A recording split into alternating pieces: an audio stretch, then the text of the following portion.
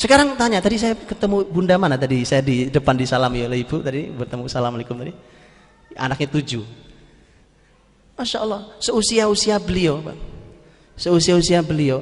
Berapa putranya, Bu? Karena bertanya tentang putra saya bilang putra putri saya baru 4 orang kan. Tanya ibu berapa? 7. Hari ini pengecut semua kita. Iya, Pak. 2 anak cukup, laki perempuan sama. Orang gila yang bilang. Saya mohon maaf bahasa saya kasar, Pak. Loh, saya mau nanya, laki perempuan sama itu apa enggak orang normal apa enggak normal, Pak? Enggak, laki perempuan sama itu normal apa enggak normal? Tunjukkan ke saya. Itu, Bu, fisiknya enggak sama, rasa hati orang tua enggak sama. Buktinya gampang, Bu. Orang punya anak perempuan semua, pengen dong punya anak laki 1 aja.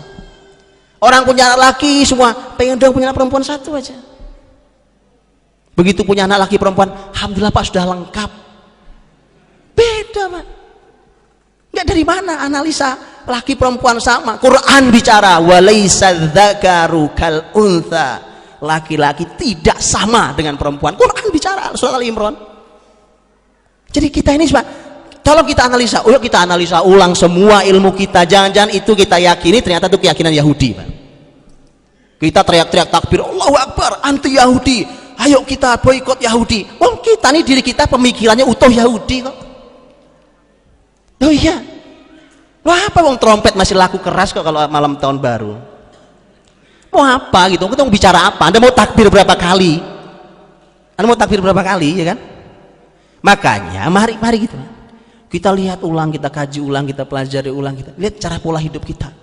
Cara kita mendidik, cara kita berteknologi, cara kita berpolitik, cara kita berekonomi, cara kita bermasyarakat, keamanan. Dr. Abdul Halim Uwais sudah katakan, dan akhirnya peradaban bersinar Islam ditutup oleh Yahudi. Ini peradaban Yahudi hari ini, Pak. Kalau saya mau tanya dengan semua yang carut marut, saya kasih contoh dulu deh, saya kasih contoh dulu supaya tambah pusing, ya kan? Ketika Allah Subhanahu wa taala berfirman tentang sekian banyak ciri khas Yahudi dalam Quran, betul? Quran sangat banyak bicara tentang ciri khas Yahudi, karakter Yahudi, segala macam, dan sayangnya itu semua sifat itu ada dalam diri saya, diri Bapak Ibu semuanya, tanpa kita sadari kita terima itu ilmu, ya kan? Maka pelan-pelan yuk kita hilangkan itu, kita ilmui dulu gitu supaya kita tahu, kita filter mana yang benar, mana yang salah. Kita lihat. Salah satu ciri khas mereka adalah berbuat kerusakan. Berbuat kerusakan. Dan itu kalau Bapak Ibu mau lihat surat yang sangat spesifik membahas tentang Yahudi, bagaimana Yahudi berhasil dikalahkan. Hari ini kan kita bicara bagaimana mengalahkan Yahudi, gitu. Kalau Anda ingin tahu bagaimana Yahudi dikalahkan, Anda cukup baca surat Al-Hasyr, surat ke-59. Abdullah bin Abbas radhiyallahu anhuma, sahabat pakar tafsir, beliau mengatakan bahwa surat ini adalah surat yang disebut dengan surat An-Nadhir. An-Nadhir itu Yahudi Bani Nadhir. Dulu di Madinah zaman Nabi, Yahudi itu berkelompok-kelompok. Salah satu kelompok besar Yahudi adalah Yahudi Bani Nadhir. Peristiwa pengusiran Yahudi Bani Nadhir, bagaimana mereka yang kuat bentengnya, kuat persenjataannya, ternyata bisa dikalahkan dengan mudah oleh Rasul dan sahabat, Allah abadikan di surat Al-Hasyr. Di situ detailnya, Pak. Di situ tiga kelompok dibahas. Sebenarnya ada 4 sebenarnya, tapi yang manusianya ada 3 karena satunya setan, Pak. Yang satu adalah Yahudi sendiri, yang kedua Muhajirin Ansor, yang ketiga munafik. Baca surat Al-Hasyr. 3 kelompok ini dibahas, dan antum akan lihat kalau Yahudi dan Muslim yang dibahas menurut kita kan sederhana. Oh, itu memang pas, Pak, karena Yahudi Muslimin yang mengusir dari Madinah karena mereka berbuat curang dan mereka luar biasa memprovokasi perang dan seterusnya. Tapi pertanyaan penting, mengapa ada pembahasan munafik di Al-Hasyr? Ada yang tahu jawabannya?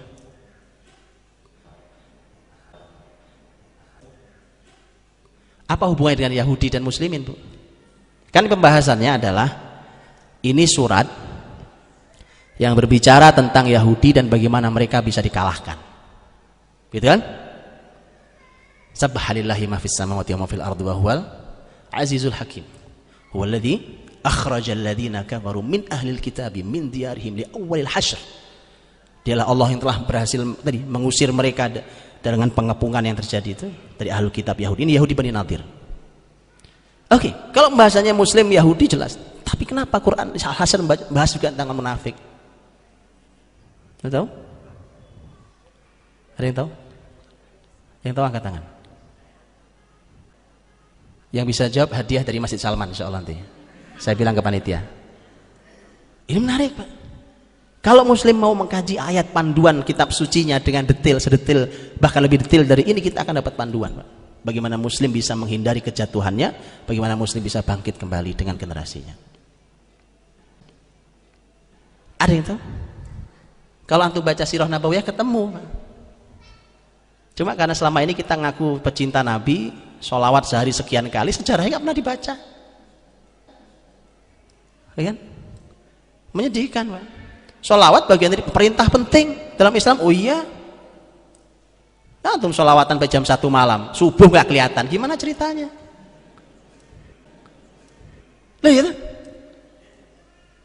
coba cara kita berpikir kita rombak ulang. Dan mana yang wajib, mana yang sunnah kita nggak tahu bagaimana menyikapinya. Begitu kan persis sama kayak kita Idul Fitri, Pak. Walaupun ulama beda pendapat tentang hukum sholat Id ya, saya tidak bicara hukumnya. Oke lah, yang sering kita pahami di negeri ini hukum sholat Id sunnah, oke? Walaupun limitan wajib. Oke, tuh lihat, orang sibuk nyiapin sholat Id, sholat subuh gak ada di masjid. Gimana ceritanya? Gimana cerita kita ini? Gimana ceritanya? Cara kita berpikir tentang Islam ini bagaimana ceritanya? Ya. Jadi kembali, kenapa ada orang munafik di dalam surat Al-Hasyr? Apa Ustaz? Menjanjikan bantuan. Gimana? Menjanjikan bantuan apa, siapa, bagaimana? Itu di dalam surat Al-Hasyr. Al-Hasyr beliau sampaikan luar biasa. Beliau sampaikan tentang ada janji bantuan dari orang munafik. Kalau kalian wahai orang-orang Yahudi diusir, kami ikut pergi sama kalian. Kalau kalian diperangi, kami ikut menolong kalian itu. Itu kan ada sejarahnya. Itu kalimat Quran. Dan dibalik itu ada sejarahnya. Karena tokoh munafik Abdullah bin Ubay itu yang membuat orang-orang Yahudi Bani Nadir yang sebenarnya sudah diancam oleh Nabi untuk segera meninggalkan Madinah dalam waktu hanya 1 minggu dikasih waktu untuk silahkan keluar, silahkan bawa apa saja kecuali senjata, bahwa Anda boleh tinggalkan Madinah, tapi waktunya hanya seminggu. Nabi mengutus seorang sahabat mulia Muhammad bin Maslamah radhiyallahu anhu memberikan ancaman. Mereka udah kemas-kemas, udah berkemas-kemas, siap-siap meninggalkan Madinah, tapi ternyata mereka tidak jadi meninggalkan Madinah. Apa sebabnya? Tadi tokoh besar munafik Madinah yang kalau sholat di belakang Nabi SAW, ikut jihad Nabi SAW, ya, nggak sembarangan. Kita sholat nggak pernah bermakmum ke Nabi kan? Nabi udah wafat masalahnya. Itu Abdullah bin Ubay makmum di Nabi. Kita jihad umpamanya, kita nggak dipanglimai oleh Nabi. Dulu Abdullah bin Ubay jihad dipanglimai Nabi SAW. Ya, ada Pak. Dia yang menawarkan bantuan kepada orang-orang Yahudi. Kenapa? Jangan pergi dari sini. Jangan pergi dari sini. Kita akan tolong kalian. Kita akan keluar bersama kalian. Kita diusir, kita keluar bareng-bareng dari Madinah ini. Ya, menjanjikan, menarik. Akhirnya Yahudi Bani Nadir bertahan, tidak jadi keluar. Nah, ketika itu lihat, ini Al-Quran, walau ini ada sejarahnya 15 abad yang lalu, kan Quran ini panduan bukan hanya untuk zaman itu, untuk zaman hari ini, bahkan nanti zaman ke depan. Hari ini yang kita hidup di bawah peradaban Yahudi, maka ayat-ayat seperti itu hidup seakan baru turun hari ini, Pak. Bagi yang mempelajari itu ya, seakan hidup baru turun ayat hari ini. Bukankah itu panduan penting? Pokoknya gampang. Selama orang munafik masih banyak bertebaran di sebuah negeri, maka pasti Yahudi kuat cengkeramannya di negeri itu. Itu kesimpulannya. Bukankah mereka bertahan di Madinah akhirnya? Karena janji orang-orang munafik itu? Iya. Kalau Yahudi, populasi penduduknya nggak banyak, nggak besar. Dari dulu nggak pernah besar. Kalau muslimin, Masya Allah pertumbuhannya, Pak.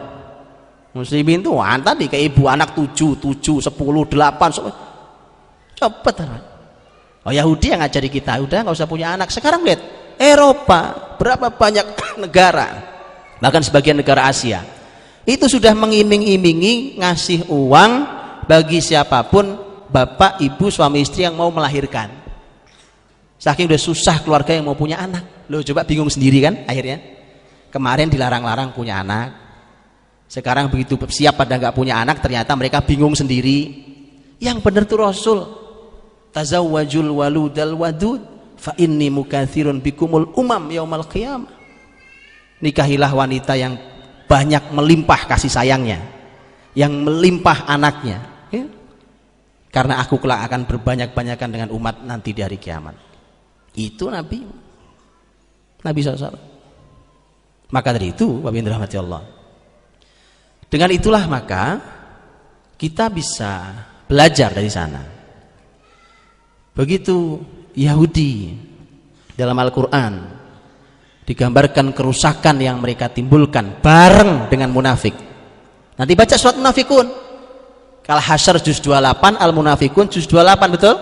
Baca, nanti ketemu tuh. Ini memang sinkron nih berdua-dua nih, pas memang. Dan selama munafik di tubuh muslimin masih banyak, Yahudi akan selalu kuat mencengkram di negeri itu. Simple. Karena Yahudi itu tidak banyak kalau bertarung fisik. Ya, antum tahu, antum lihat Gaza Palestina hari ini, ya kan? Betapa pengejutnya tentara-tentara Yahudi. Wah, dilempari batu, lari terkencing-kencing, paman. Anak kecil-kecil lemparin batu.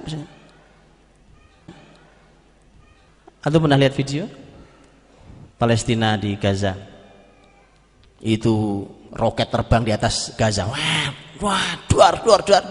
Anak-anak Gaza kecil-kecil main bola, Pak. Main bola nggak peduli. Tapi begitu lewat roket Hamas ke wilayah jajahan, ya, yang mereka jajahan, itu bukan masyarakat umum. Tentaranya ngumpet. Tentara ngumpet. Nangis-nangis, ngumpet di kamar mandi, ngumpet. Sudahlah, kalau mereka tidak akan pernah besar selama muslimin tidak banyak munafiknya. Mereka tidak besar selama muslimin tidak lalai, Pak. Mereka itu peluang besarnya paling kecil, Pak. Makanya ini peradaban muslimin paling buruk ya begini. Mereka peluang, kalau Nasrani besar, Pak. Betul kan?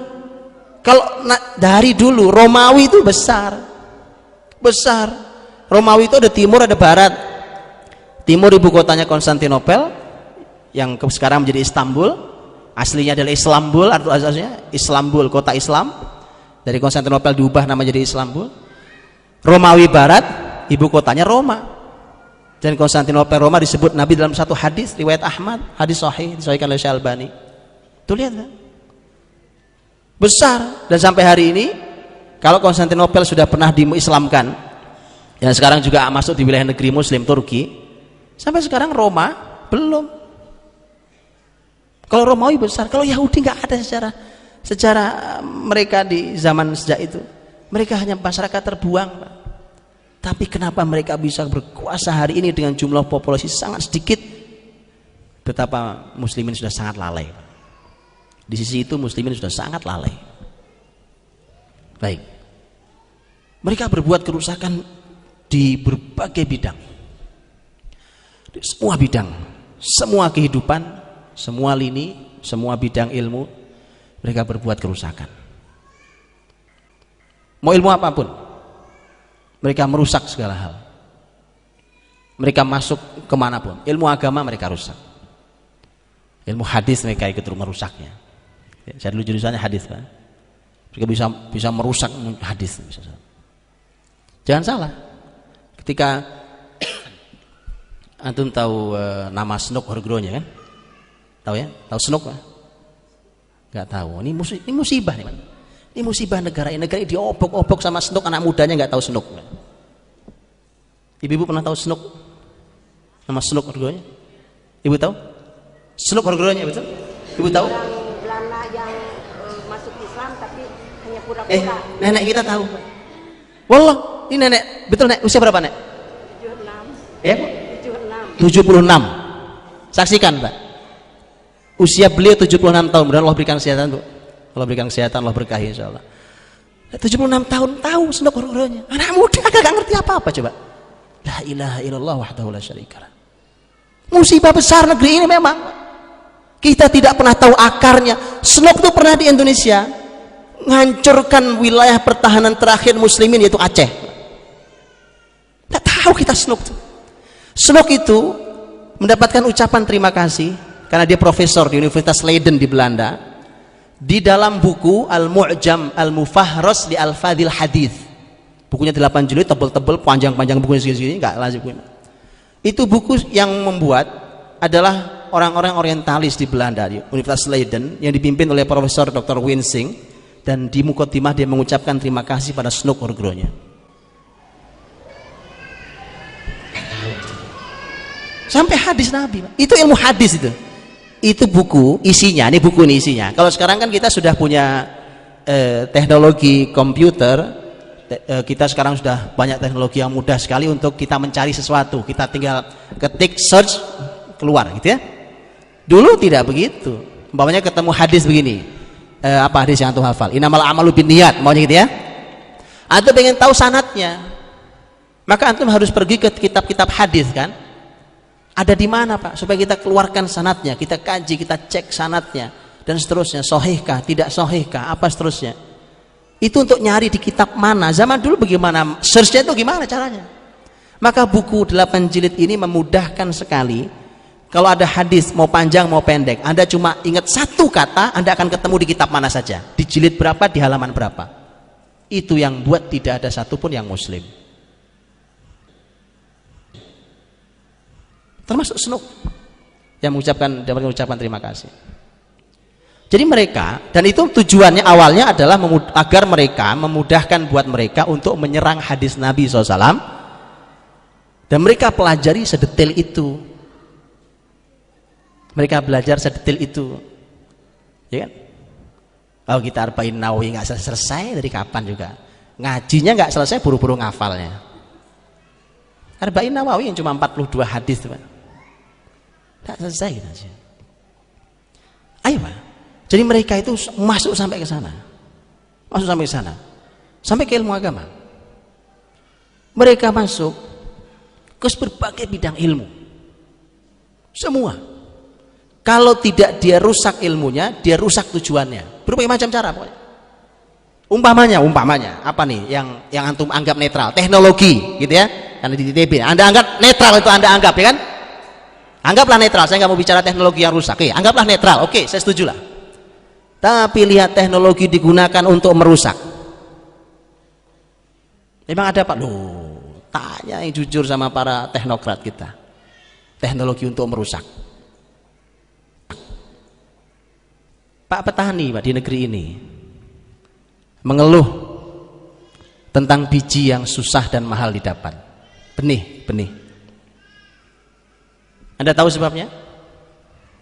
Zaman dulu, zaman saya di kampung, saya orang Jawa Timur di kampung, itu gampang. Nenek saya asal nanam jagung, dipanen jagungnya, terus besok mau nanam di tempat yang sama jagung lagi umpamanya, sudah tinggal yang tua dikeringkan, nanti sebagian dijual, sebagian dimakan, nah sebagian dibenihkan ulang. Betul? Sama kan, di Sunda juga sama. Hari ini nggak begitu. Beli benih, karena benih yang ditanam itu menghasilkan jagung yang istimewa, gitu kan? Besar-besar segala macam, diambil, ditanam, hasilnya jelek. Anda tahu sebabnya? Teknologi sebabnya. Betul, ada orang yang tugasnya memang hanya memandulkan benih. Itu nuraninya di mana? Tanyakan nuraninya di mana. Ini kan urusannya orang yang bisa dibeli. Kasih aja gaji besar segala macam, gampang kan? Kasih. Jadi memang sudah luar biasa. Akhirnya kemudian lihat betapa kemudian sulitannya para petani. Nah, puncak ilmu Zionis itu di dua ilmu kalau kata Syekh Muhammad Qutb. Ilmu Zionis itu puncaknya di dua ilmu. Yang satu adalah ilmu pendidikan, yang dua ilmu psikologi. Ya terserah, orang psikologi pendidikan tersinggung kan itu urusan antum ya kan. Yang ngomong juga bukan saya itu, antum protes Syekh Muhammad Qutb sudah meninggal rahimahullah taala kan.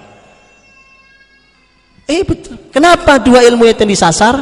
Paling besar oleh Zionis, gampang jawabannya. Karena inilah ilmu yang menghasilkan manusia, betul? Yang satu mengurusi cara berpikir, pendidikan, cara bersikap, cara berpikir, cara memutuskan jadi ilmuwan seperti apa segala macam. Yang kedua bicara tentang jiwa manusia. Dan unsur terpenting di peradaban adalah manusia.